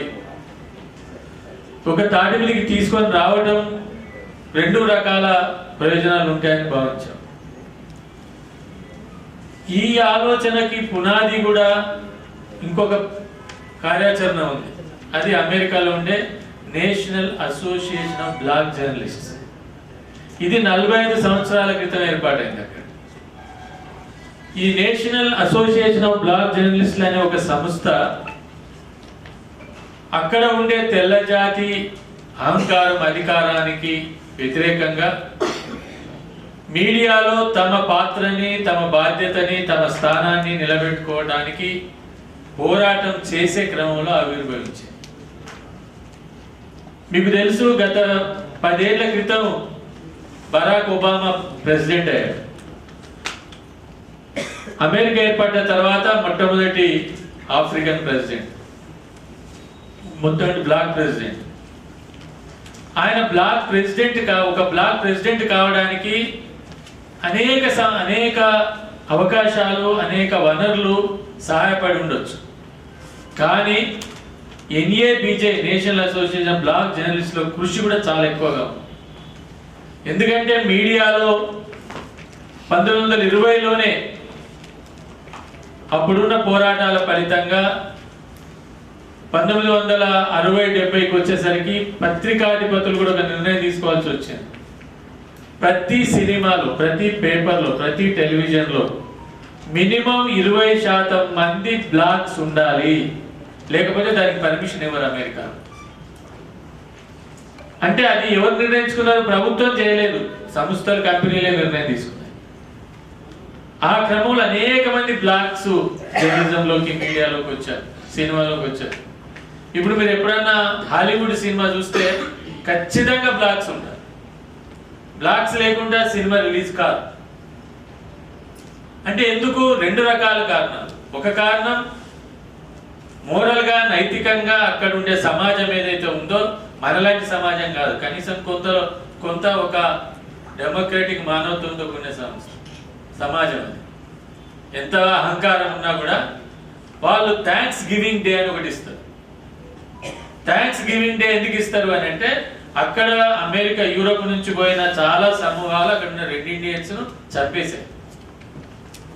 దానికి పశ్చాత్తాపంగా వాళ్ళ యొక్క థ్యాంక్స్ గివింగ్ డే అని బ్లాక్స్ కి రెడ్ ఇండియన్స్ కల్పిస్తారు. అంటే ఈ వాతావరణాన్ని చేసుకొని ఎదిగొచ్చిన సమాజం, బ్లాక్ సమాజం, ఎన్ఏబిజే అనే ఒక సంస్థ పెట్టుకొని ఈరోజు అమెరికాలో చాలా చోట్ల, New York, San Francisco, Washington, Dallas, అనేక చోట్లలో వాళ్ళ సంస్థలు ఉన్నాయి. నేను దాన్ని ఒక 4-5 ఏళ్ళుగా చాలా అధ్యయనం చేస్తూ వచ్చాను, వాటి గురించి చాలా తెలుసుకుంటూ వచ్చాను. అంటే ఇటువంటి సంస్థ ఒకటి భారతదేశంలో, ప్రపంచంలో ఎందుకు ఉండకూడదు? మనమే కాదు, పాకిస్తాన్లో మన వాళ్ళు ఇబ్బందులు పడుతున్నారు, బంగ్లాదేశ్లో ఇబ్బందులు పడుతున్నారు, నేపాల్లో ఇటువంటి సమాజం ఉంది, నేపాల్లో ఇబ్బందులు పడుతున్నారు, శ్రీలంకలో, తమిళనాడు నుంచి పోయిన అనేక మంది దళితులు అక్కడుండే ప్రభుత్వాలు, కంపెనీలతో పాటు అక్కడుండే దళితేతరులతో ఇబ్బందులు పడుతున్నారు. వీటన్నిటిని దృష్టిలో పెట్టుకొని అంతర్జాతీయంగా ఒక సంస్థ నిర్మాణం చేయాలి అనే ఉద్దేశంతో 2001లో నేను అప్పుడు జర్నలిస్ట్గా వార్తలు ఉన్నప్పుడు సౌత్ ఆఫ్రికా డర్బన్ పోయినాం. డర్బన్లో 16 రోజులు ఒక అంతర్జాతీయ సదస్సులో పాల్గొన్న టైంలో వచ్చిన కాంటాక్ట్స్, సంబంధాలు, వీటన్నింటిని దృష్టిలో పెట్టుకొని వాటన్నింటిని పోల్చి చేసుకొని గత 2 సంవత్సరాల క్రితం కరెక్ట్గా కోవిడ్లో నేపాల్లో రెమ్ బహదూర్ అనే ఒక జర్నలిస్ట్, ఆయన, నేను ఇద్దరం కలిసి ఆలోచించి దాన్ని మనం అంతర్జాతీయంగా తీసుకెళ్లాలనే ఉద్దేశంతోనే ఈ సంస్థను ఏర్పాటు చేశాం. నేపాల్లో అక్కడుండే దళిత జర్నలిస్టులు 16 రేడియో స్టేషన్లు నడుపుతున్నారు, అనేక రకాలైన పత్రికలు నడుపుతున్నారు. బంగ్లాదేశ్లో జర్నలిస్టులు ఉన్నారు, పాకిస్తాన్లో ఉన్నారు, కానీ ఇండియాలో చాలా ఎక్కువ మంది ఉన్నారు. కానీ ఇండియాలో ఇప్పటికీ మనం ప్రారంభించిన యూపీ, మహారాష్ట్ర, తమిళనాడు రాష్ట్రాలు ఇంకా అది మొదలవుతా ఉంది, దాని ప్రయత్నం జరుగుతూ ఉంది. ఏంటి ఇది ఎందుకు ఐడీజేఎన్ అనేది ఎందుకు, ఏం అవసరం? అనేక సమస్యలు ఇంతకుముందు సంజీవ్ చెప్పిన ప్రశ్నలు వస్తాయి. మొట్టమొదటిసారిగా ఒక విషయాన్ని క్లియర్ చేయాల్సింది ఏంటంటే, తెలంగాణలో కూడా అల్లం నారాయణ మన అకాడమీ చైర్మన్ ఉన్నప్పుడు ఒక 2000 మందితో దళిత జర్నలిస్ట్తో మీటింగ్ జరిపాడు. తర్వాత అంతకుముందు కూడా ఇంతకుముందు నర్సని చెప్పిన 2009లో డీజేఎఫ్ స్టార్ట్ అయింది. ఇంకో దగ్గర ఇంకొక డీజేఎఫ్ స్టార్ట్ అయింది మహబూబ్నగర్లో. ఇంకో ఎస్సీ జర్నలిస్ట్ ఫోరం ఉన్నది. ఇంకో దగ్గర రకరకాల సంఘాలు ఉన్నాయి. ఒకటేమో ప్రొఫెషనల్ సంఘాలు ఉన్నాయి, అంటే మెయిన్ స్ట్రీమ్ సంఘాలు లైక్ ఐజేయు కావచ్చు, లేకుంటే ఏపీజేయు కావచ్చు, ఇంకా రకరకాల సంఘాలు ఉన్నాయి. రీసెంట్గా వచ్చిన తెలంగాణ యూనియన్ ఆఫ్ వర్కింగ్ జర్నలిస్టులు టీజేఎఫ్ కావచ్చు ఉన్నాయి. ఇందులో ఐడిజేఎన్కు ఎటువంటి పోటీ లేదు. ఇది ఐడిజేఎన్ అనేది ఒక నెట్వర్క్ మాత్రమే. ఐడిజేఎన్ ఇతర ఇందులో ఉన్న వాళ్ళు ఇతర సంఘాలు ఉండకూడదు అనేది లేదు. ఏ సంఘంలోనైనా ఎవరైనా ఉండి పనిచేయచ్చు. మెయిన్ స్ట్రీమ్ సంఘాల్లో ఉండొచ్చు. ఇప్పుడు సంజీవ్ ఐజీ నిజామాబాద్ నాయకుడిగా ప్రెసిడెంట్గా ఉన్నాడు, అదేవిధంగా ఐడిజేఎన్గా ఉన్నాడు, ప్రాబ్లం లేదు. తర్వాత మిగతా మిత్రులు ఎస్సీ ఎస్టీ జర్నలిస్టులు, తర్వాత ఇంకో డీజేఎఫ్ వాళ్ళందరూ కూడా నాతో మాట్లాడిన వాళ్ళందరికీ ఒకటే చెప్పాను, మీరు మీ పని చేసుకోండి. ఎవరైనా ఎన్ని గ్రూపులైనా, ఎన్ని సంస్థలైనా, ఎన్ని బృందాలైనా పెట్టుకోండి. ఐడిజేఎన్ అనేది ఒక అంబ్రిల్లా, ఒక గొడుగు. ఈ గొడుగు కిందికి వచ్చి మనం అందరం కలిసి పనిచేద్దాం. మీరు క్రమంలో లేదు అందరం కలిసి మళ్ళా తెలంగాణలో ఒక సంఘంగా ఏర్పాటు అవుదామంటే అవుదాం, నాకేమో. కానీ ఏదో ఫోర్స్ ఏం లేదు, మీరు అది వదిలిపెట్టి రండి, అది వదిలిపెట్టేస్తే ఐడిజేఎన్లో చేరండి అనే ఒక నిబంధన కానీ అటువంటిది లేదు. కాబట్టి ఫస్ట్ క్లియర్ చేయాల్సింది, ఇది ఎవరికి పోటీ సంఘం కాదు. ఇది ఎవరి నుంచి పోటీని కోరుకోవట్లేదు, ఎవరితో పోటీ పడట్లేదు. నెక్స్ట్ లక్ష్యాన్ని, ప్రాథమికమైన లక్ష్యం ఏంటంటే మన జర్నలిస్టులుగా ఈ సమాజంలో మధ్యతరగతి వర్గంలో ఉండే ఇన్ఫ్లుయెన్స్ ఉండే వాళ్ళుగా, సమాజాన్ని సంబంధాలు కలిగిన వాళ్ళుగా, ప్రభుత్వాలతో కానీ అధికార వర్గాలతో కానీ ఇతర అనేక వాణిజ్య వ్యాపార వర్గాలతో సంబంధాలు ఉన్నవారిగా జర్నలిస్టుకు ఉండే ఒక శక్తిని మనం మన దళిత సమాజానికి ఉపయోగించాలి. ఇది మొట్టమొదటి లక్ష్యం. మొట్టమొదటి లక్ష్యం ఇతర సంఘాలలాగా మాకు జర్నలిస్టుల హక్కుల కోసం మేము పోరాడతాం కాదు, అది కాదు. ప్రాథమికమైన లక్ష్యం మనం దళిత సమాజాన్ని ఇంకా మనం ముందుకు తీసుకెళ్ళాలి. ఇది మొదటి లక్ష్యం. రెండో లక్ష్యం ఏంటి? ఇంతకుముందు మన కామారెడ్డి మిత్రుడు చెప్పినట్టు చాలా ఉద్యోగాలు పోతున్న వాళ్ళు ఉన్నారు, ఉద్యోగాలు వస్తున్న వాళ్ళు ఉన్నారు. ఆర్థికంగా మన కుటుంబాలని నిలబెట్టుకోవాలి. ఇది రెండో లక్ష్యం. మూడో లక్ష్యం ఏంటి?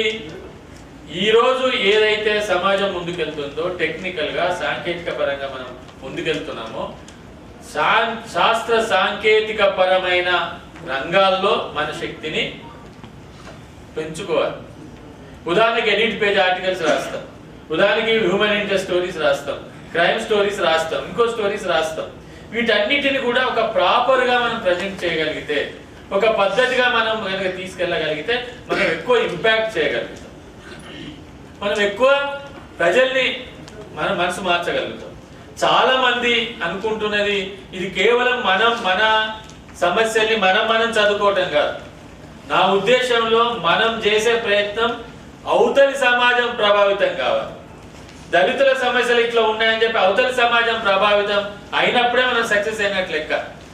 మన సమాజం చదివి మన కష్టాలు మనమే తెలుసుకొని మన దుఃఖం మనమే పడి మన బాధలు మనమే పడితే జర్నలిజానికి అర్థం లేదు. జర్నలిజం అనేది సమాజాన్ని మార్చగలగాలి, సమాజం యొక్క పరివర్తనను తీసుకురాగలగాలి. జనరల్ సమాజం అంటే దళితుల్లో చైతన్యం తీసుకురావాలి, దళితేతర సమాజంలో పరివర్తన తీసుకురావాలి. ఇది మూడో లక్ష్యంగా ఉంది. ఉదాహరణకి నా ఎక్స్పీరియన్స్ లో, నా అనుభవంలో ఒక 30-40 ఎక్స్పీరియన్సెస్ ఉన్నాయి నాకు. అంటే ప్రభుత్వాలు కూడా దిగొచ్చి తమ నిర్ణయాలు మార్చుకున్న నా వార్తల ద్వారా, నేను గొప్పగా చెప్పట్లేదు, నా వార్తల ద్వారా జరిగినవి ఉన్నాయి. అనేక రకాలైన వార్తల ద్వారా ప్రభుత్వాలు ముందుకొచ్చి వాళ్ళ నిర్ణయాలు మార్చుకున్నవి ఉన్నాయి, వాళ్ళు తమ పద్ధతుల్లో పనిచేసినవి ఉన్నాయి. ఉదాహరణకి ఇక్కడ కొడంగల్, ఇప్పుడు మన ముఖ్యమంత్రి గారి నియోజకవర్గంలో పోలేపల్లి అని కూడా ఉంటుంది. ఒక బస్సుని జోగిని ఒక తొట్టిలో కట్టి పైన పెడతారు. ఆ పైన పెడితే అందరూ ఆమెను ముట్టుకుంటే వాళ్ళకి పవిత్రంగా లెక్క, ఆమె దీవెనిస్తారు. అది నేను వార్తలో ఉన్నప్పుడు ఫస్ట్ పేజీలో వచ్చింది. ప్రభుత్వం స్పందించి కలెక్టర్ చెప్పింది నెక్స్ట్ ఇయర్ నుంచి దాన్ని అట్లా ఆమెను హింసించడానికి వీల్లేదు. ఇప్పుడు అక్కడ లేదు.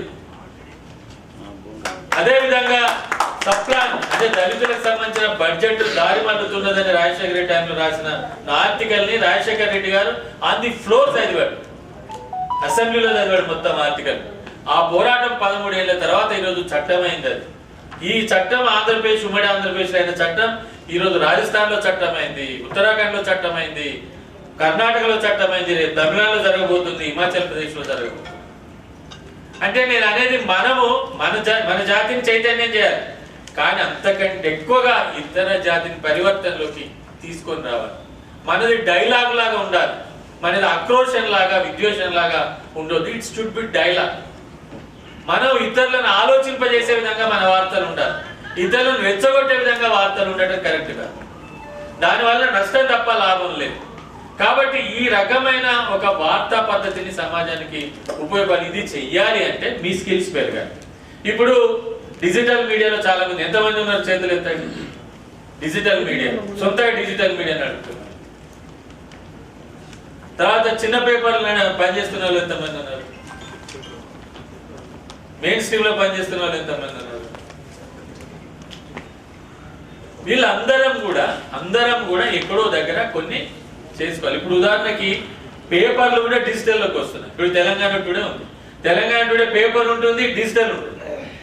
డిజిటల్ 2 నిమిషాలు. ఇప్పుడు ఇంకోటి ఏం మారింది, 2 మారింది.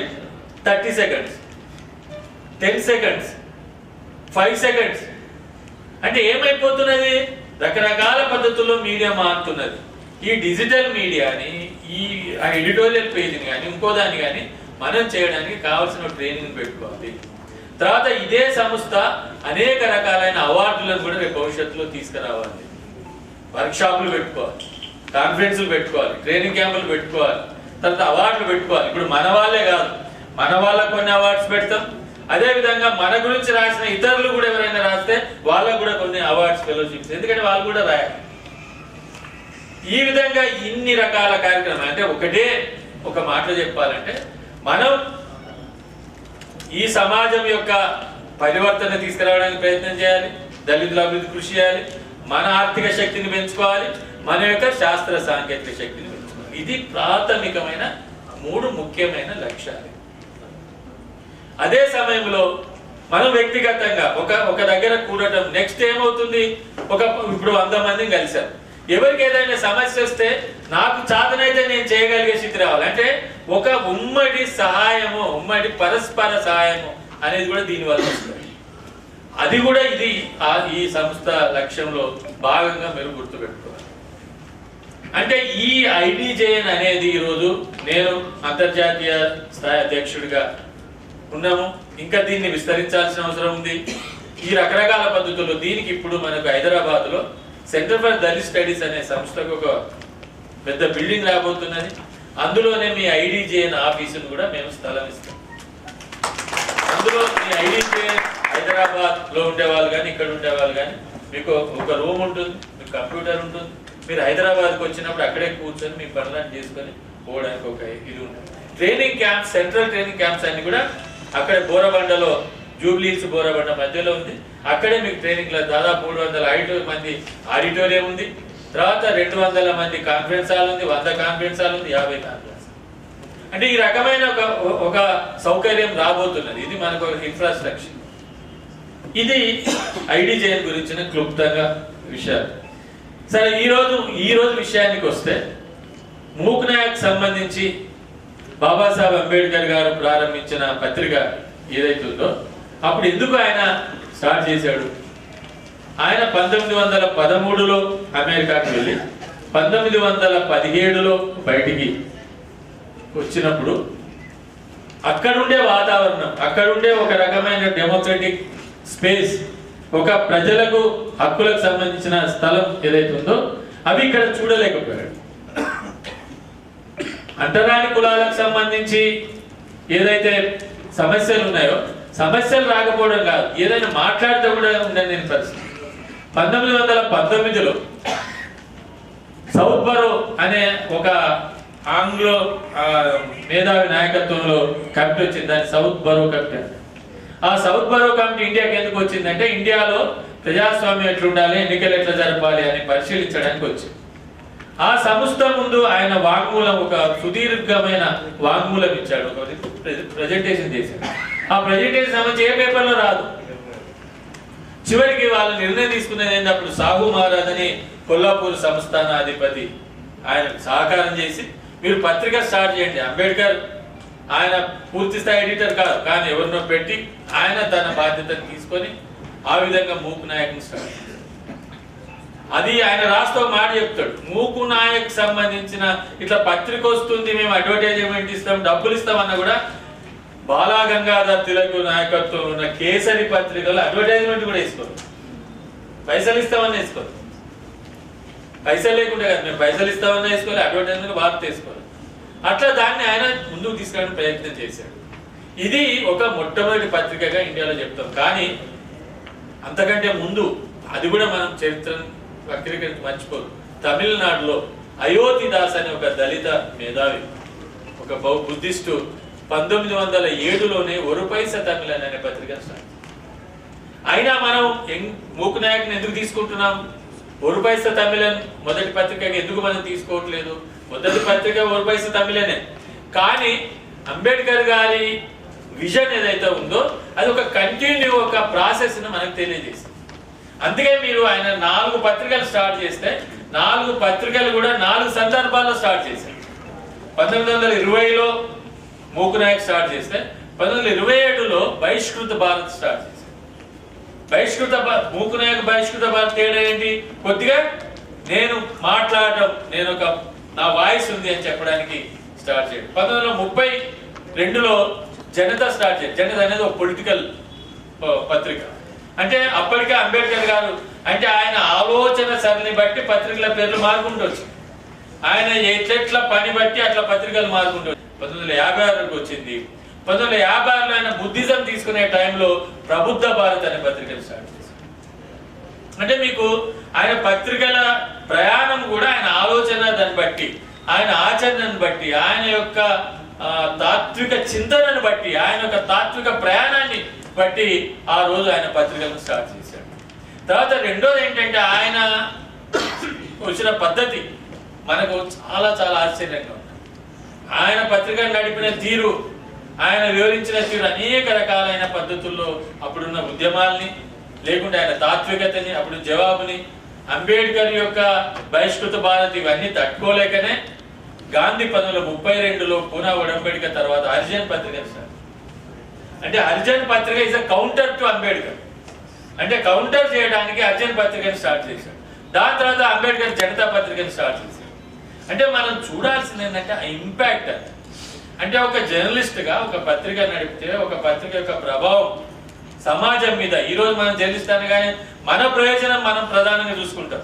నేను తప్పు కాదు, సారీ, మన ప్రయోజనం చూసుకోవాలి, కానీ సమాజం ప్రయోజనం అనేది మనం మొదటిగా చూసుకోవాల్సిన అవసరం ఉంది.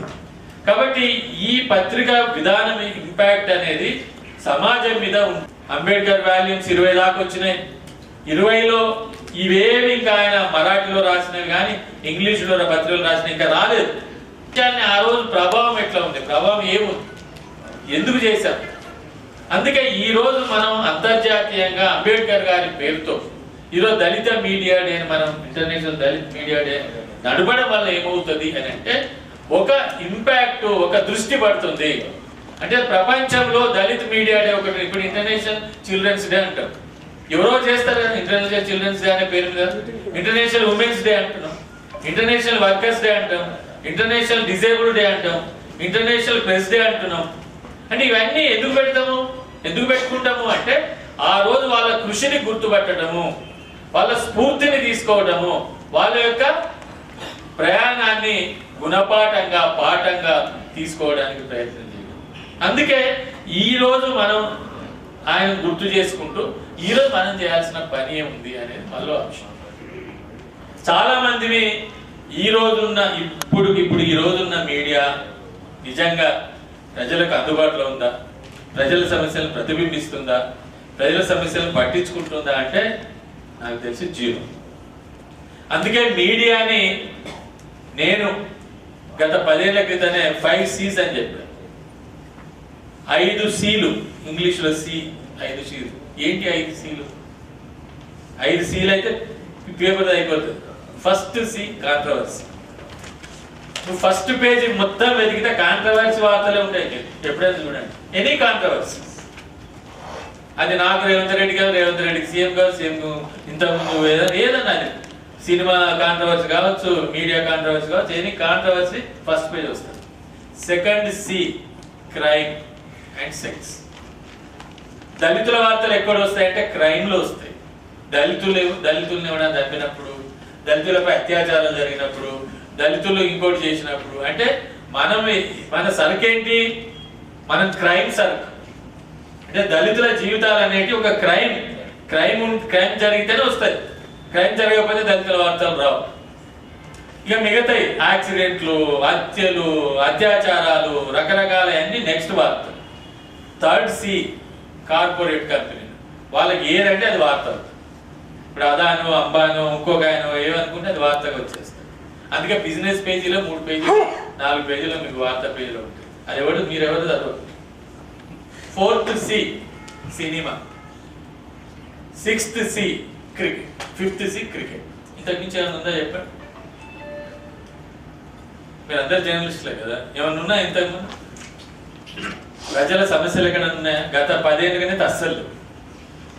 ఇంతకుముందు మేము 1980లో 90లో జర్నలిజం రాకముందు, వచ్చిన తర్వాత కనీసం 2000 వరకు 2010 వరకు కనీసం చూసిన ఏంటంటే బాటంలో మానవీయ కోణాలు ఉన్నాయి. నేను సుప్రభాతంలో 7 ఏళ్ళు, వార్తలో 4 ఏళ్ళు, హెచ్ఎంటీవీలో పనిచేసినప్పుడు హ్యూమన్ ఇంట్రెస్ట్ స్టోరీస్కు రిపోర్టర్స్ ప్రత్యేకంగా పెట్టారు.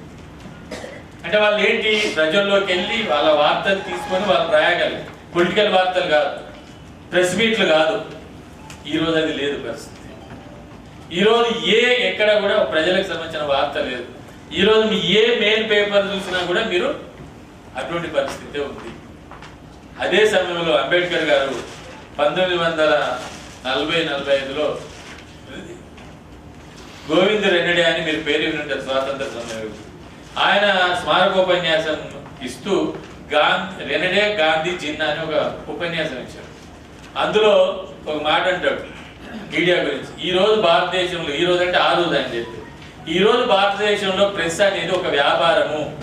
సబ్బుల వ్యాపారం ఎట్లయితే సబ్బు తయారు చేసి అమ్ముకుంటాడో పేపర్ కూడా అటువంటిదే. అడ్వర్టైజ్మెంట్స్ లేకుండా పేపర్ నడవలేదు అని చెప్పాడు. ఈ రోజుకి అదే పరిస్థితి. అందుకే మనలాంటి వాళ్ళము అడ్వర్టైజ్మెంట్ లేకుండా పేపర్ నడపగలుగుతామా? నడవట్లేదు, నడపలేదు. కాబట్టి ఇప్పుడు ఏమైంది, సమాజమే కొంత మారింది. సమాజంలో వచ్చిన చిన్న మార్పులు అనేవి అవి మనకు అనుకూలంగా వచ్చినాయి.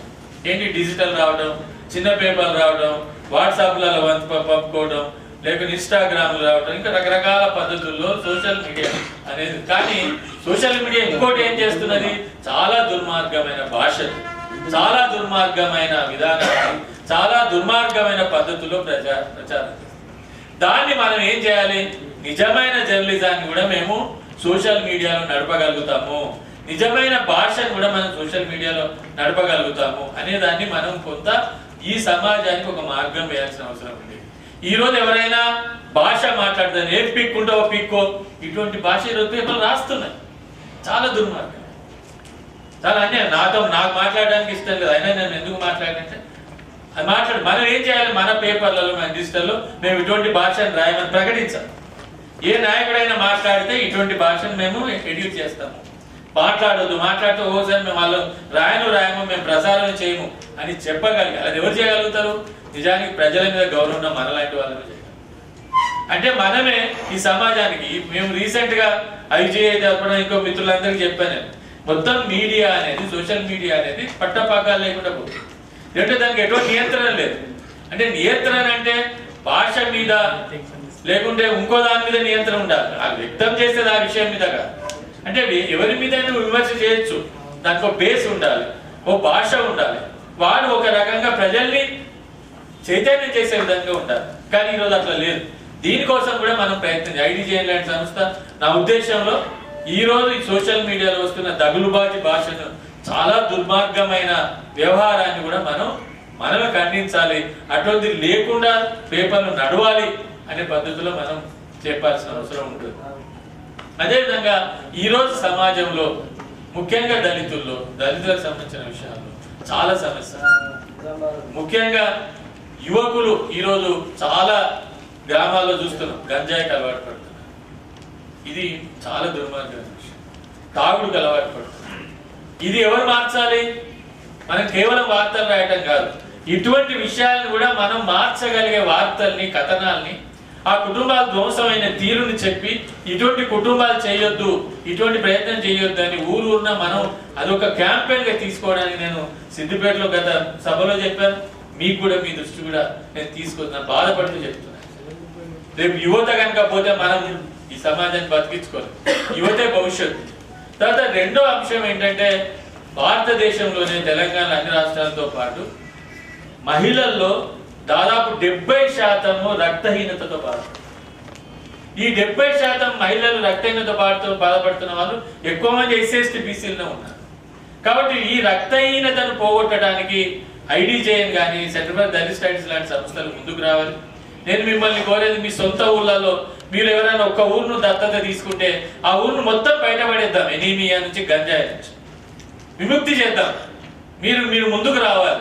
ఎవరైతే అట్లా ముందుకు వస్తారో నెక్స్ట్ ఇయర్ ఎవరైతే ఆ ఊర్లో గంజాయి లేదు ఎనీమియా పోతుందో ఆ ఊరికి ఐడిజే నుంచి 10,000 రూపాయలు బహుమతిని ప్రకటించారు. మీరు ముందుకు రండి. మీరు మీ సొంత ఊరిని ఎన్నుకోండి. మీకు కావాల్సిన సహకారం అంతా అందజేస్తాం. టెస్ట్లకు సంబంధించి, ఐరన్ టాబ్లెట్స్ సంబంధించి రకరకాల పద్ధతులు మీకు చేయాల్సిన సహాయం అంతా చేస్తాం. కానీ మీరు ముందుకు రండి. ఎప్పుడైనా కడుపు మాడేవాడే అన్నం వండుకోవాలి, కడుపు మాడేవాడే అన్నం పెట్టాలి. కడుపు మాడేవాడికి ఆకలేవాడికి తెలుస్తుంది. మీకు ఆశ్చర్యపోతారు, మా చుట్టాలలో ఎనీమియాతో ఈ వారం ఈ 3-4 ఏళ్లలో 4 చనిపోయారు. పుట్టినే 6%, 7% అమ్మాయిలు. ఈ 6%, 7%తో ఏమవుతుంది? ప్రెగ్నెన్సీ అయితే అది మిస్క్యారేజ్ అవుతుంది. పుట్టినా వాళ్ళు సరిగ్గా పుట్టరు, పుట్టినా కూడా వాళ్ళు సరిగైన బతకరు. కాబట్టి ఇటువంటి దుర్మార్గం, రేపు కరోనా కావచ్చు, ఇంకోటి కావచ్చు, ఇటువంటి విషయం చాలా సింపుల్. వాళ్ళ దగ్గరికి మనం పోయి వాళ్ళందరితో కూర్చొని ఏం లేదు, మన ఊళ్ళలో దొరికి ఆకుకూర తింటుందా? పెరుగుతుంది రక్తం. ఏమేమి దినాలో డాక్టర్లతో మనం, లోకల్ డాక్టర్లతో మనం అకంపైన్ అవుతాం, వాళ్ళని ఇన్వాల్వ్ చేద్దాం. కాబట్టి ఇటువంటి ఇంకేమైనా సమస్యలు, నేను ఒక 2 విషయాలు చెప్పాను. మీ ఏరియాలో ఇంకేమైనా సమస్యలు ఉంటే వాటిని కూడా ఎన్నుకోండి. అట్లా మీకు సమాజ సేవ చేసిన ఒక స్ఫూర్తి వస్తుంది. ఒక కనీసం నేను నా జీవితంలో చేయగలిగాను, మా ఊరిని మీ జీవితంలో అంతకంటే మీకు ఏం కావాలి? కాబట్టి ఇంకా ఇవే కాదు, ఎటువంటి సమస్యలున్నా తీసుకోండి.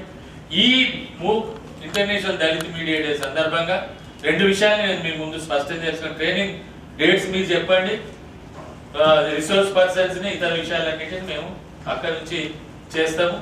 రెండోది ఎనీమియా కానీ గంజా కానీ మీరు ఐడెంటిఫై చేయండి. ఇక్కడ పెద్దలు ఉన్నారు, వాళ్ళ సహకారం కూడా తీసుకోండి.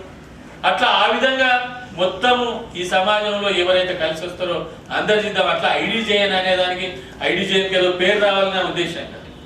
ఐడిజేఎన్ అనేది ఒక సంస్థ, అది అంతర్జాతీయంగా అది ఉంటుంది, దానిపైన చేస్తుంది. కానీ ఆ ఐడిజేఎన్ ఇతర సంఘాలు కూడా కలుపుకొని, ఈవెన్ ప్రెస్ క్లబ్ కలుపుకోండి, ఈవెన్ ఐజేయు లోకల్ ఆర్గనైజేషన్ కలుపుకోండి, ఈవెన్ దళిత సంఘాలు కలుపుకోండి, బుద్ధిస్ట్ సంఘాలను కలుపుకోండి. ఆ విధంగా ఒక సమిష్టిగా ఈ సమాజాన్ని రూపాల్చే ప్రయత్నం చేద్దాం. అదే సమయంలో ప్రజలకు ఉండే ఇతర సమస్యలను కూడా మనం ఎక్కువ ఫోకస్ చేయడం ద్వారా ప్రజలకు అందాల్సిన, ఇప్పుడు చాలా మంది బడ్జెట్ ఉంటుంది, బడ్జెట్ గురించి ఎవరికి అవగాహన లేదు.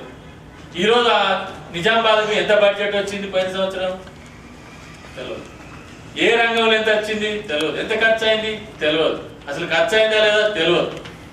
దీన్ని వాళ్ళతో మన ఓన్లీ దళిత సంఘాలే కాదు, అనేక మందిని విలువండి. బడ్జెట్ అంటే ఏంటి, ఎట్లా ఉంటుంది, ఏం ప్రాబ్లమ్స్ ఉంటాయి, బడ్జెట్ ఎట్లా చూడాలి, ఏం చేయాలి అనేది. ఆ విధంగా రేపు భవిష్యత్తులో అంతిమంగా ఒకే విషయం చెప్పదలుచుకున్నాను. ఐడిజేఎన్కు ఏ కులం మీద, ఏ వర్గం మీద ద్వేషం ఉండకూడదు. ఎవరిని కూడా దూషణతో తులనాడి మాట్లాడకూడదు. మనం ఆర్గ్యుమెంట్ అనేది బుద్ధుడు చెప్పినట్టు ఒక సంవాదంగా ఉండాలి, ఒక డైలాగ్ ఉండాలి. వాళ్ళు మనతో మాట్లాడేటట్టు ఉండాలి. అంతేగాని మనం మన మిత్రుల యొక్క పోస్టులు చాలా చూస్తుంటాం, చాలా రకాల ఆవేశంతో ఆక్రోశంతో మాట్లాడుతుంటారు. నేను అది ఆవేశం ఉండొద్దు అని నేను అనను, కానీ దానివల్ల ఫలితం ఉండదు.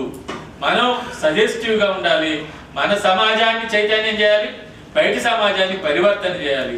ఆ 2 లక్ష్యాలు మన మైండ్లో ఉంటే మన కార్యక్రమాలు బాగుంటాయి.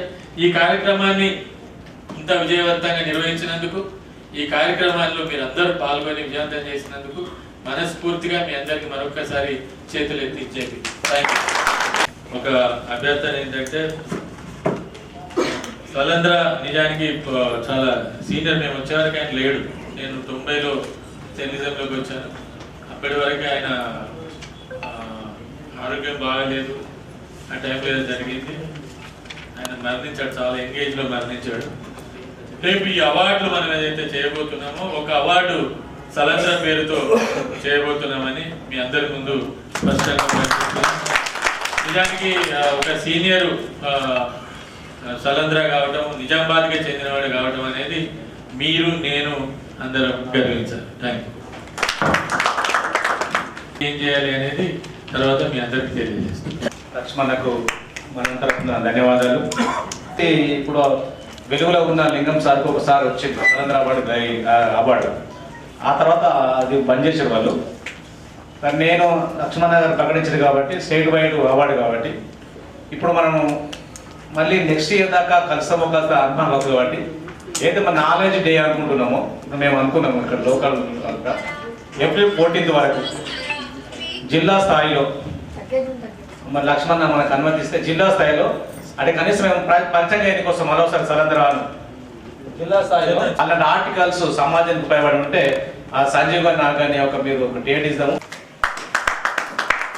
దళిత మీడియా దినోత్సవం సందర్భంగా ఈరోజు ఇక్కడ కార్యక్రమాన్ని ఏర్పాటు చేసి సభాధ్యక్షత వహిస్తున్నటువంటి పాకాల నరసింహ గారికి, అలాగే మల్లెపల్లి లక్ష్మయ్య గారికి, జనార్దన్ గారికి, సంజీవ్ గారికి, బాలాజీ గారికి, రామకృష్ణ గారికి, సుభాష్ గారికి మరియు గంగాధర్ గారికి, ఇంకా స్టేజ్ మీద ఎవరైనా ఉంటే పెద్దలందరికీ, అలాగే ఎదురుగా ఉన్నటువంటి జర్నలిస్ట్ సోదరులందరికీ కూడా పేరు పేరున నమస్కారాలు తెలియజేస్తా ఉన్నాను. అలాగే మూక్ నాయక్ పత్రిక ఈరోజు ప్రారంభోత్సవం చేయబడ్డ దినాన్ని మనం అంతర్జాతీయ దళిత మీడియా దినోత్సవంగా జరుపుకుంటున్న సందర్భంగా మీ అందరికీ ముందుగా శుభాకాంక్షలు తెలియజేస్తా ఉన్నాను. పెద్దలు లక్ష్మీ అన్న గారు మాట్లాడిన తర్వాత నేను మాట్లాడలేను, నాకు అంతగా తెలియదు అసలు. అంత పెద్దలు మాట్లాడిన తర్వాత చెప్పడానికి నా దగ్గర ఏమీ లేదు. కాకపోతే మేయర్గా అయిన తర్వాత ఒక 2 ఏళ్ళు అయితే కరోనాలో పోయింది, మీటింగ్స్ జరగలేదు.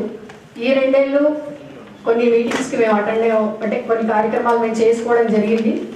అయితే అందులో నేను చూసిన ఒక 2-3 అనుభవాలు, అలాగే మా సార్ కూడా మీ అందరికి కూడా తెలుసు, చంద్రశేఖర్ గారు, ఆయన కూడా ఇందులో బాగా తిరుగుతుంటారు కాబట్టి అక్కడ విన్నవి నేను కొన్ని అంశాలు చెప్తాను. ఇప్పుడు అందరు జర్నలిస్టులుగా ఈరోజు కార్యక్రమాన్ని ఏర్పాటు చేసుకున్నారు, చాలా సంతోషం. మరి దీనికి ఇంత పెద్ద ఐడీజేఎన్ ఒక ఇంత పెద్ద ప్లాట్ఫామ్, ఒక సంస్థ ఉన్నప్పటికీ కూడా మరి దాన్ని మీరు అందరూ కూడా ఎందుకు అందిపుచ్చుకోలేకపోతున్నారో అనేది అది ఫస్ట్ పెద్ద పాయింట్. అది మరి అక్కడ ఎక్కడ మిస్టేక్ జరుగుతోంది అనేది తెలుసుకోవాలి. ఇప్పటివరకు పెద్దలందరూ కూడా మాట్లాడుకున్నారు, ఇప్పటివరకు అన్నీ చెప్పారు. అయితే మీటింగ్స్ ఎప్పుడైతే ముఖ్యంగా దళితులకు సంబంధించి ఏదైనా మీటింగ్ వచ్చారు, మాట్లాడారు అంటే కేవలం అంబేద్కర్ గారి జయంతి సందర్భంగా మాత్రమే కనబడతారు. అది కూడా ఆ రోజు అందరినీ చూస్తాము, మళ్ళీ సంవత్సరం వరకు ఎవరు కనబడరు. ఆ రోజుగా స్టేజ్ మీద నేను మాట్లాడతానంటే నేను మాట్లాడతానని చెప్పేసి అందరూ కూడా ఆ రోజు వాళ్ళకి ఇక దొరికిందే మైక్ అని చెప్పేసి చెప్తా ఉంటారు. కొంతమంది అలుగుతారు, కొంతమంది మధ్యలోంచి వెళ్ళిపోతారు. ఇలాంటి చాలా చూస్తూ ఉంటాం.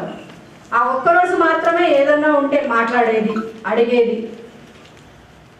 ఇక్కడ నేను మా సార్ దగ్గరికి కూడా చాలా మంది వస్తుంటారు. మనం అందరం కలిసి ఒక ప్రయత్నం చేద్దామని అనుకుంటున్నారు, కానీ నేను వినడమే తప్పితే ఆ ప్రయత్నం జరగట్లేదు. ఎందుకంటే చిన్న చిన్న సంఘాలుగా, చిన్న చిన్న కమిటీస్గా కాకుండా మనం అంతా కలిసి ఒక పెద్ద యూనియన్ ఏర్పాటు చేసుకుందాము. ఎవరిది వాళ్ళు నేనే గొప్ప అనుకోకుండా అందరం కూడా మనం అంత సమానం అనుకొని ఒక పెద్ద యూనియన్ మనం తయారు చేసుకుంటే మనకు ఇప్పుడు అన్నగారు చెప్పినట్టుగా మనం ఎవరిని అంటే ఏదైనా చెప్పాలి అంటే ఒక డిమాండింగ్గా ఉండాలి తప్పితే ఎవరో మనల్ని క్వశ్చన్ చేసే విధంగా అట్లా ఉండకుండా మనము మాట్లాడుతున్న మన యూనియన్ వచ్చిందంటేనే వాళ్ళందరూ కూడా మనందరికీ రెస్పెక్ట్ ఇచ్చే విధంగా మనం చెప్పేదాన్ని వాళ్ళు గ్రహించే విధంగా ఉండాలి అని అందరూ కూడా మాట్లాడుకోవడం తప్పితే అది ఇంతవరకు జరగడం లేదు. నేను చూస్తూ ఈ 4 సంవత్సరాలలోనే అసలు జరగట్లేదంటే ముందు నుంచి ఎప్పటి నుంచి ఈ ప్రయత్నాలు జరుగుతున్నాయని మా సార్ పదే చెప్తుంటారు. చాలా చూస్తున్నాం కానీ ఆ యూనిటీ అనేది ఎక్కడ రావడం లేదు. అసలు చాలా మంది అంటారు ఈ గ్రూప్ అని ఇంకో గ్రూప్ వస్తారు, వాళ్ళ మీద వీళ్ళు చెప్తారు, వీళ్ళ మీద వాళ్ళు చెప్తారు తప్పితే కలిసి చేసుకుందామన్నది నేను ఇంతవరకు చూడడం లేదు. నేనే అన్నాను ఒకసారి ఉందాము భూమారెడ్డి ఫంక్షన్ హాల్ సరిపోతుంది, అందులో కూర్చొని అందరు మాట్లాడుకుంటే అసలు ఏంటి సమస్యలు, ఎందుకు మనం ఈ విధంగా ఎవరిని వాళ్ళే విడిపోయినట్టుగా ఉంటున్నాము. ఇప్పుడు ఒకరు మనల్ని అనగదొక్కాలని చూస్తున్నారు, మీ అందరినీ కూడా పైకి రానివ్వట్లేదు అన్నప్పుడు మన సంఘం గట్టిగా ఉండి మన వెనకాల 10 గొంతులు లేస్తాయన్న భయం ఎదుటోళ్ళకు ఉంటే ఎందుకంటే ఇక్కడే అయిపోతాం, మనం ముందుకు వెళ్తాం కదా. మన వెనకాల మన వాళ్ళని మనమే తొక్కేసుకుంటున్నాం, మనమే బయటకు రానివ్వట్లేదు, మనమే ఎదురోళ్ళకి మనమే స్టాప్ చేసుకుంటున్నాం. ఎందుకంటే ఇక్కడ భగవంతుడు అనేది మనకి అంబేద్కర్ గారి రూపంలో ఒక మంచి వరాన్ని ఇచ్చారు. మన కోసం ఆయన ప్రాణత్యాగం చేసి మన కోసం బ్రతుకున్న రోజులు కష్టపడి ఇన్నియానం రాజ్యాంగాన్ని రాసి మనకి ఇన్ని హక్కులు ఇంత స్వేచ్ఛా స్వతంత్రాన్ని ఇచ్చినప్పుడు దాన్ని మనమే మన చేతులారా కాళ్ళ రాసుకుంటున్నాం తప్పితే దాని నుంచి గ్రహించుకొని ముందుకెళ్ళాలన్న ఆలోచన ఉంది కానీ అది క్రియారూపకంగా రావడం లేదు. అది రావాలి అని అంటే మీరు జర్నలిస్ట్గా మీరే ఒక అచీవ్మెంట్ చేసుకోలేకపోతే సామాన్య ప్రజలకి ఏం న్యాయం జరుగుతుంది, సామాన్య దళితుడికి ఏం న్యాయం జరుగుతుంది? మీరే మీ ప్రాబ్లమ్స్ ఇప్పుడు చెప్పుకుంటుంటే నాకు అదే అనిపిస్తుంది, వీళ్ళైన ప్రాబ్లమ్స్లలో ఉన్నారు, మిగతా వాళ్ళకి ఏంటి పరిస్థితి అనేది. ఎందుకంటే మాకు తెలిసిన వాళ్ళు టీచర్స్ చాలామంది ఉన్నారు, అక్కడ చిన్న ఊర్లలో ఇప్పటికి కూడా గ్లాస్ నీళ్ళు ఇవ్వమని ఎవరైనా పిల్లలు కానీ సార్ కానీ ఎవరైనా వెళ్తే నీళ్ళు తీసుకొచ్చి అక్కడ పెట్టేసి వెళ్ళిపోతారట దళితుడు అని చెప్పేసి, ఇప్పటికి కూడా ఉంది అని చెప్పేసి వాళ్ళు బాధపడుతూ చెప్తుంటారు. అంటే ఇవన్నీ ఎందుకు జరుగుతున్నట్టు మనకి ఇప్పుడు ఆయన ఏమో సమీకరించు పోరాడు అందరినీ కూడా అన్నీ చేయాలని చెప్పి ఆలోచించని చెప్పినప్పుడు మరి మన దగ్గర ఆ సంఘటన అవన్నీ కూడా చేసుకునే అంత ధైర్యం ఎందుకు లేకుండా పోయింది? ఆ యూనిటీ మనకు వచ్చి మనం అందరం కూడా 10 గొంతులు లేసే విధంగా ఉన్నప్పుడే మరి అది సాధ్యమవుతుందేమని అంటే నేను అనుకున్నది, నేను చూసింది నేను చెప్తున్నాను, దయచేసి ఏమో అనుకోవద్దు. మళ్ళీ అలాగే లక్ష్మీ అన్న గారి గురించి కూడా చెప్పాలి. మరి ఆయన ఎంతో స్వచ్ఛంగా నిర్మలంగా ధైర్యంగా ఇంత గొప్ప కార్యక్రమాన్ని ఇంత పెద్ద ప్లాట్ఫామ్ని ఏర్పాటు చేశారంటే నిజంగా అంబేద్కర్ గారికి ఒక మంచి శిష్యుడిలాగా ఈరోజు నేను ఒక ధన్యవాదాలు తెలియజేస్తా ఉన్నాను. ఎందుకంటే చాలా మందిని మేము చూస్తుంటాం, మాట్లాడతారు, వెళ్ళిపోతారు నేను ఇప్పుడు చెప్పిన విధంగా. కానీ దాని మీదనే వర్కౌట్ చేసి మరి ఇలా కాదు, కేవలం మన ఇండియా వరకే కాదు, మన వాళ్ళు ఎక్కడెక్కడ ఉన్నారో వాళ్ళందరినీ కూడా సంఘటితం చేసుకొని మరి దీని మీద పోరాటం చేద్దాము. అది కూడా ఒక మంచితనంతో ఒక పాజిటివ్నెస్తో అందరూ కూడా గ్రహించే విధంగా చేయాలని ఈ IDJN ఏర్పాటు చేసి మరి ఇలాంటి కార్యక్రమాలు కూడా చేస్తూ వెళ్తూ ఉన్నారు. మరి అందులో ఇప్పటివరకు చెప్పారు ప్రజా సమస్యలు కూడా ఇన్వాల్వ్మెంట్ చేయాలి. ఇప్పుడు మా మహిళల గురించి కూడా ప్రత్యేకంగా అన్నగారు చెప్పడం కూడా చాలా ఆనందంగా అనిపించింది. నిజమే అది చాలామంది, ఎందుకంటే మేము తిరుగుతూ ఉంటాం కాబట్టి ఇక్కడ USC సెంటర్స్ వాళ్ళందరూ కూడా అక్కడికి వెళ్తే PSC సెంటర్స్లలో ఖచ్చితంగా అక్కడ అనిమియా పేషెంట్ ఉంటారు. ఒక మహిళ ఖచ్చితంగా బ్లడ్ ఎక్కుతుంది, ఆ ఐరన్ టాబ్లెట్స్ తీసుకెళ్తుంది. కాకపోతే గవర్నమెంట్ కూడా ఖచ్చితంగా వాళ్ళకి ఫ్రీగా ఇవ్వాలని చెప్పేసి వాళ్ళకి గర్భిణీ స్త్రీలకైతే పక్కాగా వాళ్ళు ఇవ్వడం జరుగుతూ ఉంది. ఇదైతే 100% నిజం. చాలామంది మహిళలకి ఈ సమస్య మాత్రం ఉంది. మరి ఆ విధంగా ప్రజా సమస్యల మీద అన్నిటి మీద పోరాటం చేస్తూ మరి అదేవిధంగా దళితుల న్యాయం కోసం కూడా పోరాటం చేస్తూ ఇంత చక్కటి ప్లాట్ఫామ్ని ఏర్పాటు చేసి మనందరి కోసం పోరాటం చేస్తున్న లక్ష్మీ అన్న గారికి మరొకసారి హృదయపూర్వక ధన్యవాదాలు తెలియజేస్తున్నాను. జై తెలంగాణ, జై భీమ్. ఒకసారి గట్టిగా జై భీమ్. Thank you.